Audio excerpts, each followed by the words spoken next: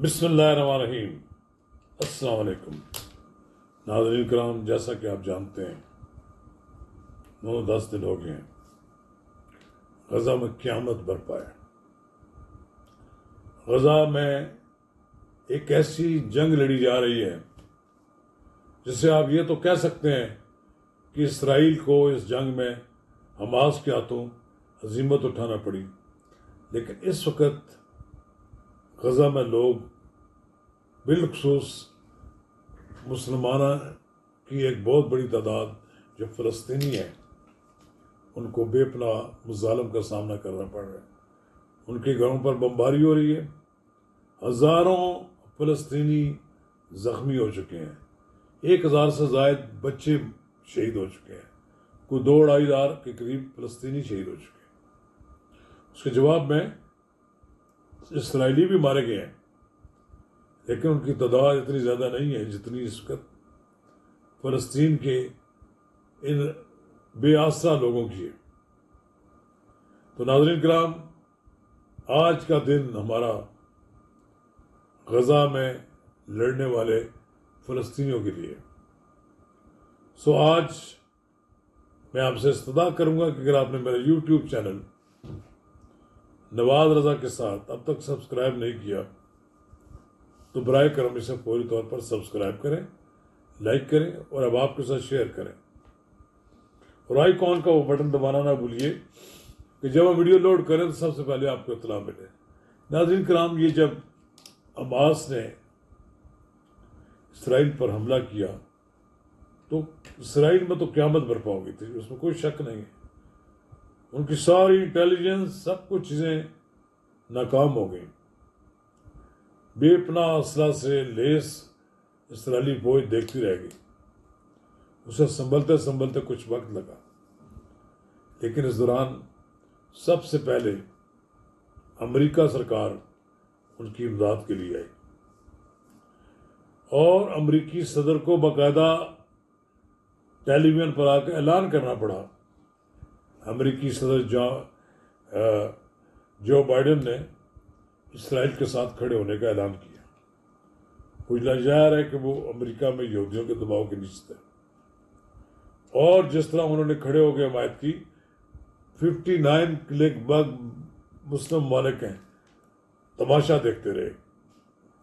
پھر کچھ دنوں کے بعد ایران سامنے آیا، پھر سعودی عرب نے اس میں اپنا رول ادا کیا، اس نے آواز بلند کی، پھر اور دیگر مسلم ممالک نے، کسی نے کم کسی نے زیادہ۔ پاکستان نے بھی اس میں اپنا کردار وہی ادا کیا جو کہ کرنا چاہیے، لیکن ہم جتنا کچھ کر سکتے تھے ہماری حکومت نے اعلان کیا۔ ہمیں یاد رکھنا چاہیے کہ قائد اعظم محمد علی جناح نے اسرائیل کو ایک ناجائز ریاست قرار دیا تھا۔ مصر لڑتا رہا بڑے عرصے اسرائیل کے ساتھ، اس نے صحرائے سینا پہ قبضہ کر لیا تھا، اس نے نہر سویز پہ قبضہ کیا، پھر بہادر مصریوں نے اپنی جانوں کے نذرانے دے کر 73 میں اس کو قبضہ ختم کرایا۔ اب اس وقت وہاں لڑائی ہو رہی ہے، وہاں پر امریکہ کے وزیر خارجہ انٹونی بلنکن وہاں مصر، سعودی عرب، اسرائیل اور دیگر اس خطے کے ممالک میں جا رہے ہیں۔ تو میں ایک تازہ ترین جو اطلاع ہے وہ شیئر کرنا چاہتا ہوں۔ مجھے خوشی ہوئی کہ ایم بی ایس نے ایک بہادری کا ثبوت دیا، تھوڑا سا انہوں نے کورٹ ریسپانس دیا۔ محمد بن سلمان ولی عہد شہزادہ جو ہے اصل میں حکمران ہے وہ سعودی عرب کے، یہ ملنے کے لیے اس کو امریکی وزیر خارجہ ریاض گئے، تو انہوں نے ہفتے کو ان کو ٹائم دیا تھا، لیکن وہ 5 گھنٹے بٹھائے رکھا، پھر ان سے ملاقات بھی نہیں کی، ان کا اگلے روز آپ آئیں اتوار کی صبح کو ملاقات۔ اس ملاقات میں انہوں نے غزہ میں معصوم فلسطینیوں کے قتل عام کا معاملہ اٹھایا، اور امریکی وزیر خارجہ کو سخت پیغام دیا۔ اور کہا کہ آپریشن فی الفور رکوایا جائے غزہ میں اور امریکہ اپنا اثر و رسوخ استعمال کرے۔ امریکی وزیر خارجہ کا یہ دورہ مشرق وسطیٰ میں کیا کہا جاتا ہے کہ قیام امن کے لیے ہے، لیکن ابھی تک جو امریکی صدر کا رویہ ہے اس میں تو وہ اسرائیل کو سپورٹ کر رہے ہیں، لیکن امریکہ کو غزہ میں جو مسلمانوں کا پانی بند کیا گیا ہے، فلسطینی مسلمانوں کا پانی بند کیا گیا ہے، ادویات ختم ہو گئی ہیں، یہ چیز انہیں بحال کرنی پڑے گی۔ سعودی عرب کے دورے کے بعد چونکہ وہ مصر گئے ہیں، مصر کے بعد اب وہ اسرائیل جائیں گے۔ یہ جو مصر کے جو صدر ہے عبد الفتاح، یہ بھی ایک امریکی ایجنٹ ہے۔ امریکہ کی قومی سلامتی کے جو مشیر ہے جیک سلیوان، انہوں نے کہا ہے کہ غزہ کے فلسطینی وقار اور تحفظ کا خیال رکھا جانا چاہیے۔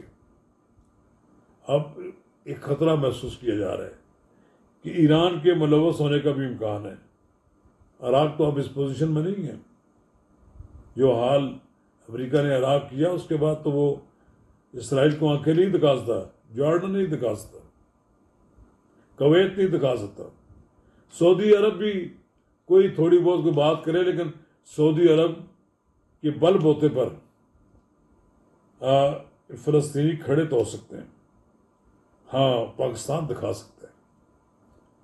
پاکستان کی ایٹمی قوت انہیں چیلنج دے سکتی ہے کہ آپ فلسطینیوں کا قتل عام بند کر دیں، ورنہ آپ ہمارے ایک میزائل کی زد میں ہیں۔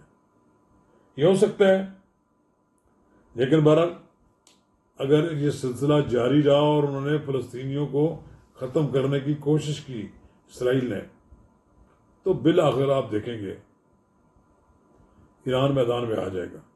پھر تیسری جنگ عظیم شروع ہونے کا بھی امکان ہے، اسے آپ یکسر مسترد نہیں کر سکتے۔ ہماری حکومت نے بیان دیا، اب نواز شریف نے بھی ایک بیان جاری کیا، پاکستان مسلم لیگ نون کے قائد، کہ یہ محض فلسطینیوں کے خلاف اقدام نہیں ہے، یہ پوری انسانیت کا پر حملہ ہے۔ ہم نہیں چاہتے، میں مبارکباد دیتا ہوں ان کو، پاکستان کی ان سیاسی جماعتوں کو جو پیش ہیں، جماعت اسلامی، جمعیت علماء اسلام اور دیگر جماعتوں جنہوں نے، مسلم لیگ نون نے بھی جلوس نکالے۔